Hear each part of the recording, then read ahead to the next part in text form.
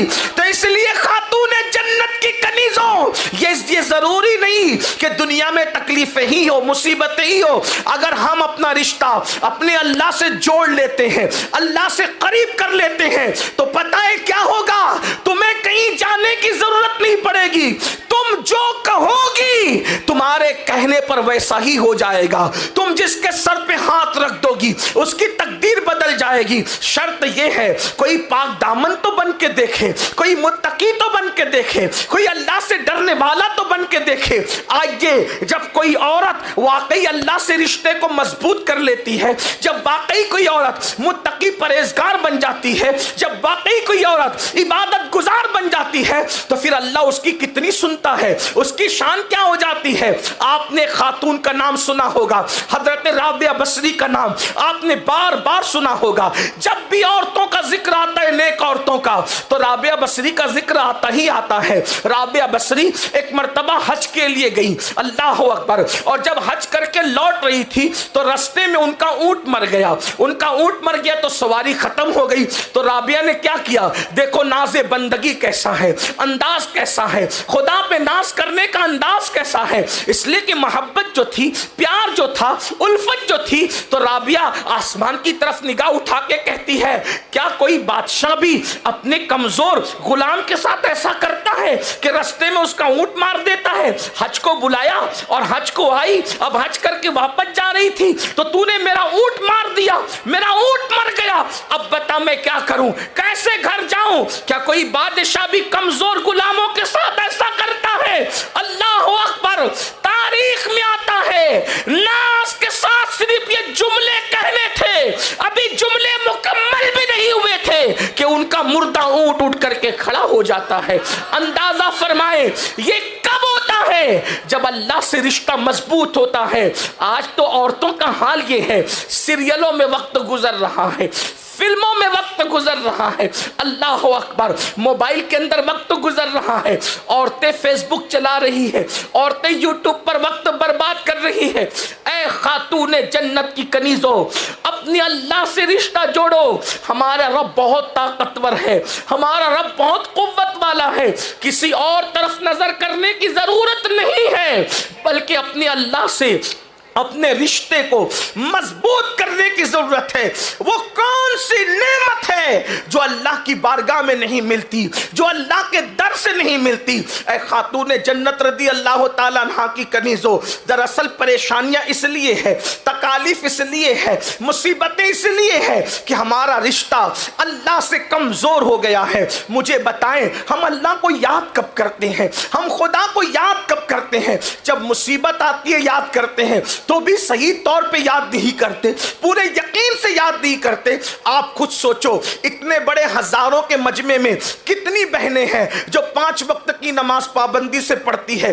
अपने आप में डूब करके सोचो मेरी बहनों, बताओ कितनी बहनें हैं जो 5 वक्त की नमाज पाबंदी से पढ़ती है? मेरी बहनों बताओ, जब अल्लाह के रसूल ने फरमा दिया जिसकी नमाज नहीं उसका दीन नहीं, फिर आप किस दिन पर अमल करती हैं? सीरियल के लिए वक्त है, गीबत के लिए वक्त है, औरतों के दरमियान बैठ करके इसके उसके घर में लड़ाई झगड़ा लगाने के लिए वक्त है, इसी तरीके से हर जुर्म के लिए वक्त है, शादियों में जाने के लिए वक्त है, वलीमों में जाने के लिए वक्त है, और अल्लाह की बारगाह में हाजिरी देने के लिए वक्त नहीं।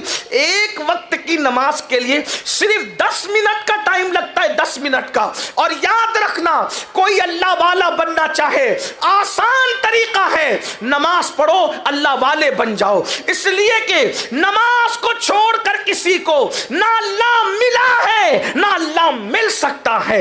नमाज को छोड़कर अल्लाह से किसी का रिश्ता ना कभी मजबूत हुआ है ना कभी मजबूत हो सकता है। ऐ खातून जन्नत की कनीजों, जब सैयदना फारूक आजम उमर इब्ने खत्ताब रदी अल्लाह ताला अन्हु को शहीद करने के लिए जख्म लगाए गए, पूरे जिस्म से खून बह रहा था, पूरे जिस्म से खून रस रहा था, ऐसे में आप तयम्मुम करके नमाज की तैयारी कर रहे थे। किसी ने कहा अमीरुल मोमिनीन, पूरा वजूद खून से लहू लहान है, अब भी आप नमाज की से मैंने सुना जिसकी नमाज नहीं उसका दीन नहीं, यानी दीनदार रहना है तो नमाज पढ़ना पड़ेगा।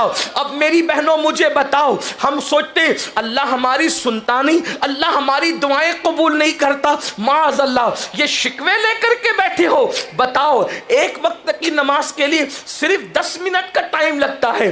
कहा जाता है कि राबिया बसरी पूरी पूरी रात इबादत करती थी, और जब आपसे कहा गया आप पूरी रात इबादत करती है, सोते क्यों नहीं है, तो जवाब दिया करती थी क्या करूं, जिसका रब नहीं सोता बंदे को सोते हुए शर्म नहीं आती, वो जाग रहा है मेरा आका और मैं कैसे सो जाऊं। आओ आपको बताऊं, ऐ खातून जन्नत की कनीजों, जो अल्लाह के मुकर्रबीन होते हैं, जो अल्लाह के करीबी लोग होते हैं, अल्लाह उनकी सुनता है, हर फरियाद सुनता है।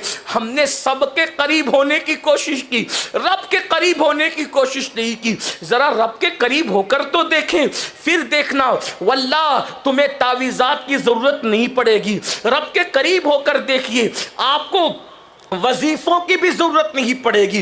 रब के करीब होकर के देखिए, कनीजें बिक रही थी। पहले इंसान खरीदे और बेचे जाते थे, गुलाम और कनीजों की शक्ल में इंसान खरीदे और बेचे जाते थे। अल्लाह अकबर। ऐ खातून जन्नत की कनीजों, हजरत अता ने देखा एक पागल कनीज बिक रही है, एक जिसको लोग पागल कह रहे थे वो पागल कनीज बिक रही है। अल्लाह अल्लाह, जब उसको बिकते हुए देखा तो हजरत अता वहां पर तशरीफ ले गए। बड़े मुहद्दिस थे, बड़े आलिम थे, वहां सूफी भी थे, वहां तशरीफ ले गए। तो लोगों ने कहा ये पागल कनीज कौन खरीदेगा, तो चंद दिरहम देकर पागल होने के बाद भी खरीद लिया। और जब उसको घर लाए, अल्लाह अकबर, तो वो पागल समझ करके उसको एक जगह पे रख दिया। और रखने के बाद जैसे ही रात हुई, रात ने अपनी सियाह जुल्फों को जो है वो उफक पर बिखेरना शुरू किया। गोया के यूं कह ले, जैसे ही रात मुकम्मल शबाब की तरफ अपने कदमों को बढ़ाने लगी तो हजरत अता ने क्या देखा, बिस्तर पे आप लेटे हुए हैं, चुपके से वो कनीज उठती है, उठने के बाद वुजू करती है और वुजू करके मुसल्ला बिछा के नमाज शुरू कर देती है। अल्लाह अकबर। हजरत अता सोच रहे थे ये तो पागल है, पागल लोग भी कोई नमाज पढ़ता है, पागल लोग भी कोई इबादत करता है, पागल भी कोई अल्लाह का जिक्र करता है। लेकिन जब उस खातून को मुसल्ले पे खड़े हुए देखा, इबादत में देखा, तो दबे पैर उसके करीब गए। वो नमाज पूरी करके क्या कह रही थी जानती है मेरी बहनों, वो कह रही थी ए अल्लाह, जो तू मुझसे प्यार करता है ना, जो तू मुझसे मोहब्बत करता है ना, उस मोहब्बत का वास्ता जरा मेरी फरियाद को सुन ले। तो हजरत अता चूंकि मुहद्दिस थे, फकीह थे, सूफी थे, रहा नहीं गया, आपने फौरन टोक दिया। छुपना चाहते थे, छुप ना सके, दबे पैर गए थे मगर बर्दाश्त न हुआ, जबान से निकला ए कनीज, अपनी जबान पे कंट्रोल कर, अदब की हदों को पार न कर। तू इतनी बड़ी हो गई कि तू कह रही है कि अल्लाह तू मुझसे जो प्यार और मोहब्बत करता है उस मोहब्बत का वास्ता मेरी फरियाद को सुन ले।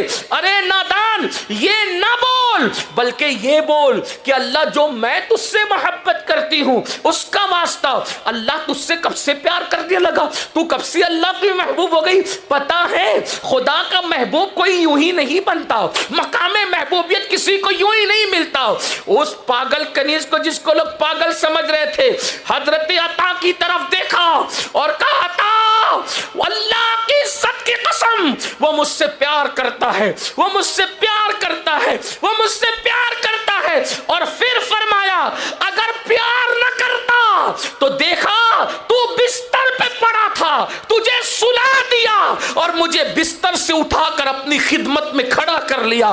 इससे बड़ी मोहब्बत की दलील क्या हो सकती है। ये जवाब सुन करके अता खामोश हो गए। ऐ खातून जन्नत की कनीजों, अब पता चला खुदा जिसको महबूब बनाता है उसे फजर में बिस्तर पे पड़ा नहीं रहने देता, उसको मुसल्ले पे खड़ा कर देता है। खुदा जिसको महबूब बनाता है उसे पेट भर के खाने नहीं देता, उसे रोजों की तौफीक अता करता है। खुदा जिससे प्यार करता है उसे फजूल बकवास करने नहीं देता, जिक्र की तौफीक अता करता है। अल्लाह अकबर। और उस कनीज ने उसके बाद जब हजरत अता को खामोश देखा तो निगाह आसमान की तरफ उठाकर कहती है, मौला कल तक तेरा मेरा मामला छुपा हुआ था, अब जबकि ये मामला लोगों पर आया हो गया तो फिर अब मैं दुनिया में रहना नहीं चाहती और मुझे अपने पास बुला ले।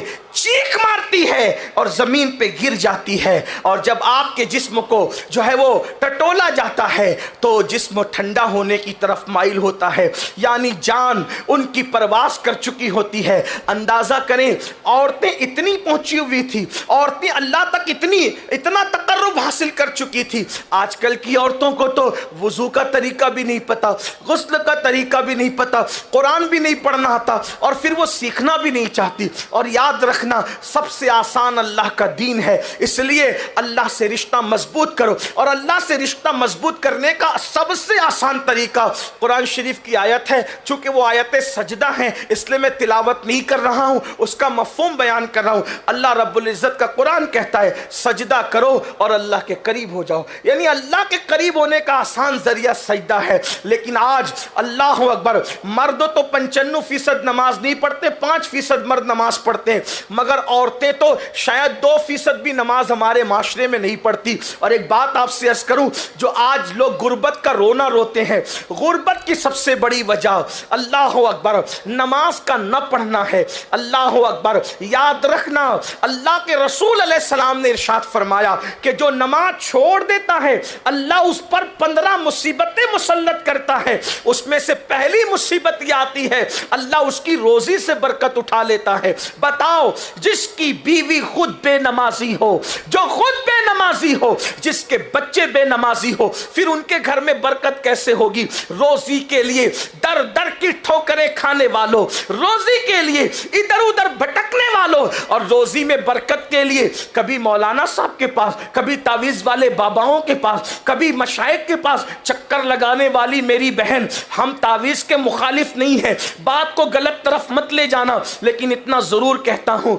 जो इधर उधर दरवाजे पे चक्कर लगाती हो ना घर की बरकत के लिए, कभी बंदिश के लिए, कभी इसके लिए, कभी उसके लिए, मेरी बहन तू यकीन के साथ 5 वक्त की नमाज पढ़ के देख, सजदा करके देख, तब तुझे पता चलेगा कि सजदे में क्या है। और सजदे में सर रखकर यकीन से जो मांगा जाता है वो किस शान से मिलता है, मिलता ही मिलता है। आज आपका सबसे बड़ा मसला क्या है?